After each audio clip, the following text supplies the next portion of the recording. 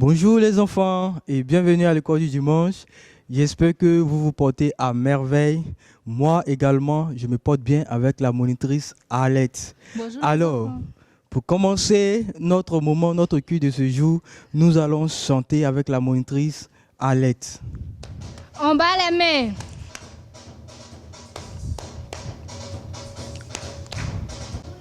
Alléluia, eh. Alléluia, eh, eh. Alléluia, eh. Alléluia, eh, eh. Je chante Alléluia, Alléluia, Alléluia. Alléluia, eh, eh, eh. Je chante Alléluia, Alléluia, Alléluia. Alléluia, eh, eh, eh. Hosanna, eh. Hosanna, eh, eh. Hosanna, eh. Hosanna, eh, eh. Je chante Hosanna, Hosanna, Hosanna.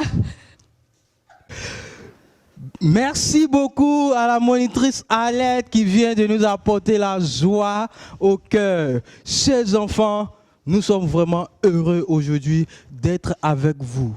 Avant de commencer l'enseignement, nous allons prier. Vous savez, la prière est très importante.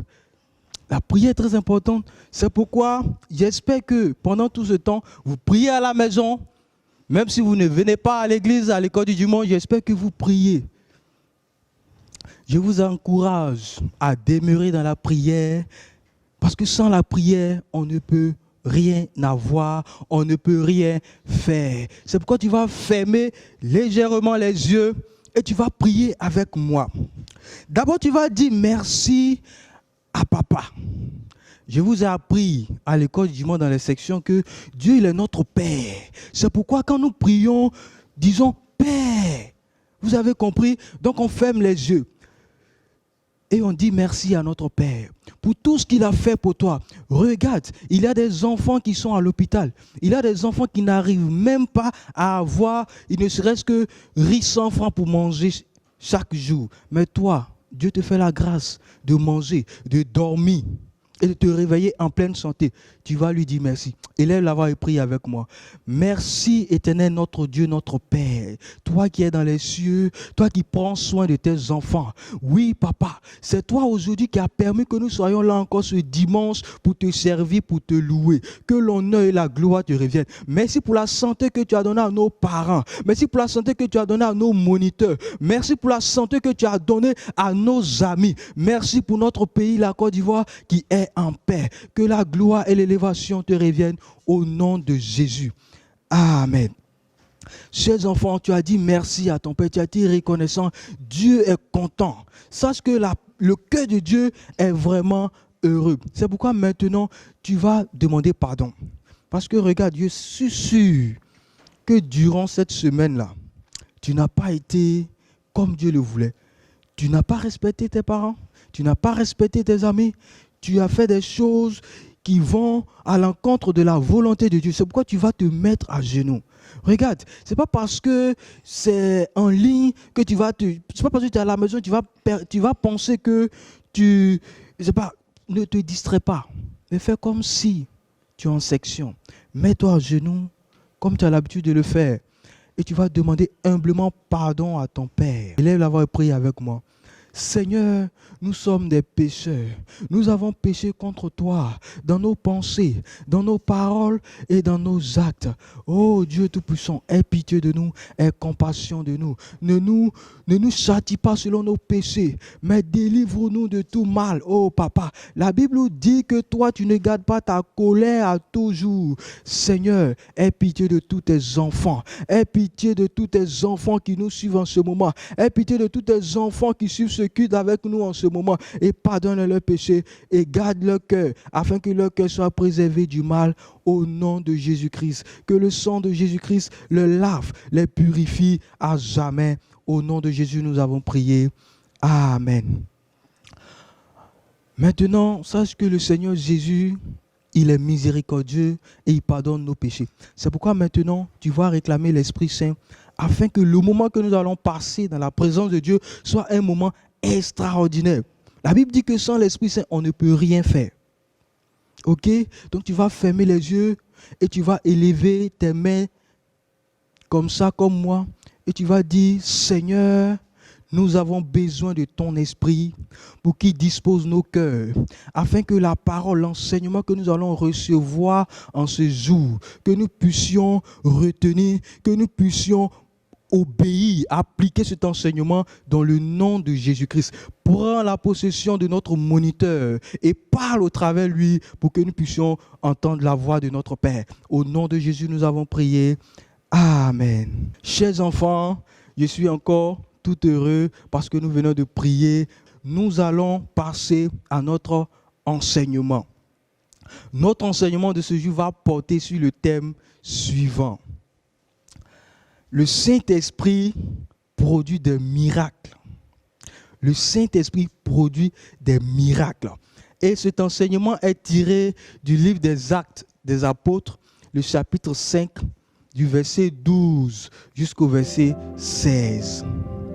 Du verset 12 jusqu'au verset 16. Chers enfants, depuis la fête de la Pentecôte, nous parlons du Saint-Esprit. Nous parlons du Saint-Esprit. Depuis même le début de ce mois de juin, nous parlons du Saint-Esprit. Alors nous allons prendre sans plus tarder nos Bibles et nous allons lire le passage qui est affiché là sur nos écrans. Actes chapitre 5, le verset 12 au verset 16, qui dit ceci.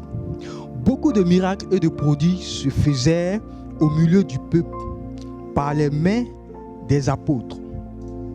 Ils se tenaient tous ensemble au portique de Salomon.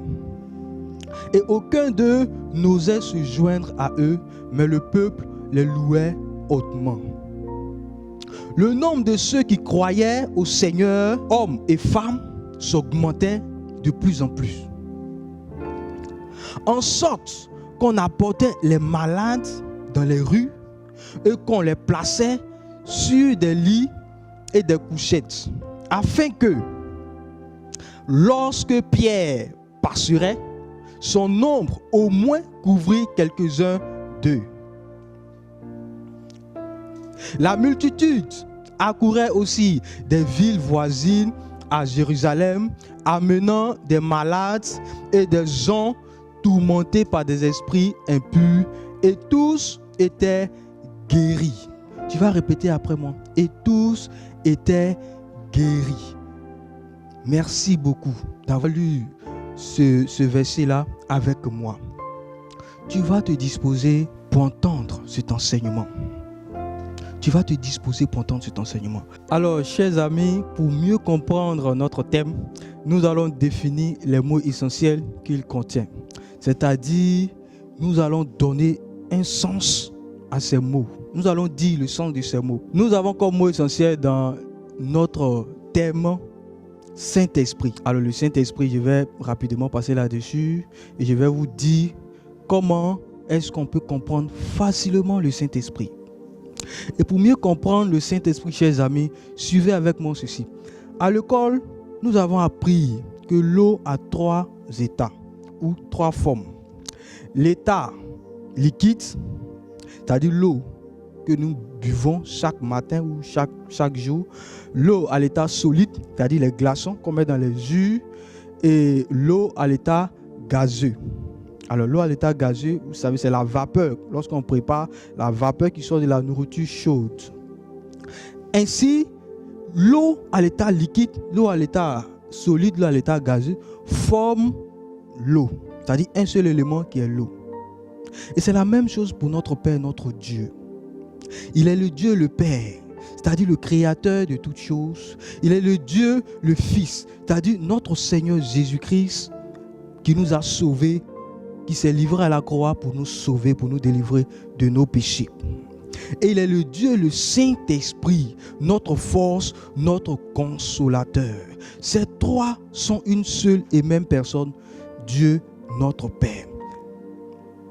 Alors, le Saint-Esprit, c'est Dieu, en résumé. Nous allons passer maintenant à la définition du mot miracle. Alors, le miracle, comment est-ce qu'on peut définir les miracles? C'est ce que l'homme ne peut pas faire. Ce sont les actes de Dieu, les choses surnaturelles. C'est-à-dire qu'un homme normal comme toi et moi, on ne peut pas faire. C'est ce que Dieu seul peut faire. Je prends un exemple. On rencontre aujourd'hui des maladies incurables, c'est-à-dire les maladies où il n'y a pas de médicaments pour guérir. Par exemple, un enfant qui est aveugle. Dans la Bible même, il est dit que Jésus-Christ a guéri un homme qui était aveugle de naissance. C'est-à-dire que depuis lui, il est né, il ne voit pas. Ça là, les médecins ne peuvent rien faire. C'est Dieu seulement qui peut faire. Et c'est lorsque Jésus l'a guéri, c'est la guérison d'un tel homme qu'on appelle miracle. Ou des choses qui ressemblent à ça. C'est-à-dire ce que l'homme ne peut pas faire. Nous allons passer maintenant à l'explication de notre enseignement en ce moment. Souvenez-vous, chers amis, pendant la leçon sur la Pentecôte, nous avons appris que Dieu a donné le Saint-Esprit afin que les apôtres puissent aller et annoncer le royaume de Dieu avec assurance et de produire des miracles pour que de nombreuses personnes puissent accepter le Seigneur Jésus comme leur Seigneur et leur Sauveur. Le Saint-Esprit, lorsque nous le recevons, il fait quelque chose dans nos vies. Il ne fait que des merveilles dans nos vies et au travers de nos mains. Mais c'est dans le nom de Jésus-Christ que le Saint-Esprit agit. C'est-à-dire que lorsque tu vas à l'école par exemple et tu as un de tes amis qui a mal à la tête, qui chauffe, et tu veux prier pour lui. Dès que tu finis de prier, tu dis au nom de Jésus. Si tu ne dis pas au nom de Jésus, c'est comme si tu n'as pas appelé le Saint-Esprit à agir. Tu auras prié en vain. Est-ce que vous comprenez? Donc, sans Jésus-Christ, sans le nom de Jésus, le Saint-Esprit ne peut pas agir. Tant que tu ne produis pas, tant que tu ne pratiques pas l'amour, tant que tu n'es pas en joie, tant que tu n'es pas en paix avec les autres, tant que tu n'es pas patient, tant que tu n'es pas bon, tu n'es pas fidèle, ou tu n'es pas doux, le Saint-Esprit ne peut pas venir habiter en toi pour faire des miracles. Tu vas prier pour un malade, mais il ne sera pas guéri. Pourquoi? Parce que tu ne pratiques pas de bonnes choses. C'est-à-dire tu ne fais pas, tu n'obéis pas à la parole de Dieu. Ce qui appelle le Saint-Esprit à agir dans nos vies, c'est exactement les fruits, les éléments du fruit de l'Esprit. Qu'est-ce que nous devons retenir, chers amis, au thème de notre enseignement? C'est-à-dire que dès que tu quittes ton écran, puis on te demande, bon, ce que le moniteur Roger est venu dire là, dans tout ce qu'il a dit depuis le début, qu'est-ce que toi tu as retenu? Papa et maman vont te demander ça. C'est pourquoi tu prends ton cahier et tu vas noter ça. Parce que c'est ce que je vais dire là. C'est ça que tu dois écrire. Et le dimanche prochain, on va vous donner des exercices. Ça peut être dimanche prochain ou dimanche prochain. On va vous donner un devoir à faire que vous allez nous rendre après. Alors, voici ce que nous retenons. Nous retenons que c'est au nom de notre Seigneur Jésus-Christ que le Saint-Esprit agit. Que le Saint-Esprit vient en action. Et pour que le Saint-Esprit produise des miracles dans nos vies, nous devons vivre une vie de sanctification. Alors, une vie de sanctification, c'est quoi? Autrement dit, nous devons poser de bonnes actions telles que aimer les autres, respecter tout le monde, dire la vérité, ne pas regarder les images et les vidéos pornographiques. Nous savons que de nos jours, il y a beaucoup d'enfants qui regardent ce genre de choses. C'est pas bon du tout. C'est pas bon du tout. Ça fait que le Saint-Esprit est triste. Ça fait que notre Dieu, notre Père, il est triste parce qu'il nous a dit de ne pas faire ces choses. Mais nous nous cachons la nuit lorsque papa et maman dorment. Nous nous cachons pour regarder ça. Ce n'est pas bon. Donc il faut arrêter ça. Il faut arrêter, en résumé, le péché. Et il faut prier régulièrement. Il y a des enfants qui ont peur de prier. Souvent, même quand papa et maman prient à la maison, ils les appellent, mais ils ne viennent jamais pour prier avec eux. Pourquoi? Il faut prier. Tant que tu ne pries pas, le Saint-Esprit ne peut pas venir en toi pour faire des miracles, pour guérir tes amis qui seront malades et tout ça. Et il faut méditer tous les jours la Bible. Il y a des gens même, je sais que, où ils ont rangé la Bible depuis que cette crise sanitaire a commencé là. Ils ne savent même plus où ils ont déposé la Bible. Le dernier dimanche, où c'était la fête des moissons ici. Comment on appelle ça, le lancement des moissons. Et c'est que dès qu'ils sont arrivés à la maison, ils ont jeté les sacs. Et après, ils ont dit, l'église est fermée. Ils disent, oui, on ne va plus lire, on ne va rien faire. Donc, ils ne prient plus, ils ne méditent plus. Donc, vous devez faire toutes ces choses. Alors, pour clore, nous allons retenir encore un verset. C'est-à-dire, nous avons lu un passage. Et dans ce passage, il y a un verset que vous devez retenir. Vous devez noter ce verset aussi dans vos cahiers. Parce qu'on peut vous demander lors du devoir. Alors, le verset à retenir, c'est Actes chapitre 5, verset 16 qui dit « La multitude accourait aussi des villes voisines à Jérusalem, amenant des malades et des gens tourmentés par des esprits impurs, et tous étaient guéris. » Chers enfants, j'ai été vraiment heureux de vous partager ce merveilleux enseignement. Maintenant, tu vas baisser la tête, tu vas fermer les yeux et nous allons méditer ensemble cette parole. Tu vas prier avec moi et tu vas dire, Seigneur, merci pour ce moment d'enseignement. Merci parce que j'ai appris beaucoup de choses. Merci parce que j'ai appris que le Saint-Esprit produit des miracles. Et pour qu'il produise des miracles, je dois marcher selon ta parole. Aide-moi par ton esprit. Aide-moi à vivre une vie de sainteté. Aide-moi à aimer les autres, à pratiquer de bonnes actions. Au nom de Jésus-Christ. Amen. Chers enfants, nous sommes pratiquement au thème de ce culte. Nous allons passer très rapidement aux offrandes avec la monitrice Arlette. À La maison de l'Éternel notre Dieu, oh, dans la reconnaissance, avec allégresse, mettez-le à l'épreuve et vous verrez, il vous ouvrira les portes de sa bénédiction. Alors nous allons prier pour les offrandes. Tu vas fermer les yeux. Mais avant de prier pour les offrandes, je voudrais dire que si, comme actuellement les enfants ne viennent pas à l'église, tu donnes ton offrande à papa ou à maman, ils vont venir déposer le dimanche ou le samedi à l'église. Ou bien ils vont faire le jamo. J'apporte mon offrande sur les numéros qui s'affichent sur les écrans. On ferme les yeux et on prie pour les offrandes. Père, nous te rendons gloire, nous te bénissons, car c'est toi qui nous as permis de donner. Viens et permets à ce que, Seigneur, ce que nous avons donné puisse servir à l'avancement de ton règne. Et souviens-toi de tous ceux qui donnent et tous ceux qui ne donneront pas, afin que la prochaine fois qu'ils puissent donner en abondance pour la seule gloire de ton Saint-Nom, au nom de Jésus. Amen. Amen. Alors, chers enfants, moi et la monitrice Arlette, nous avons été très contents d'être avec vous et nous espérons vraiment par la grâce de Dieu vous retrouver un autre dimanche. Que Dieu vous bénisse et restez sages à la maison et lisez beaucoup.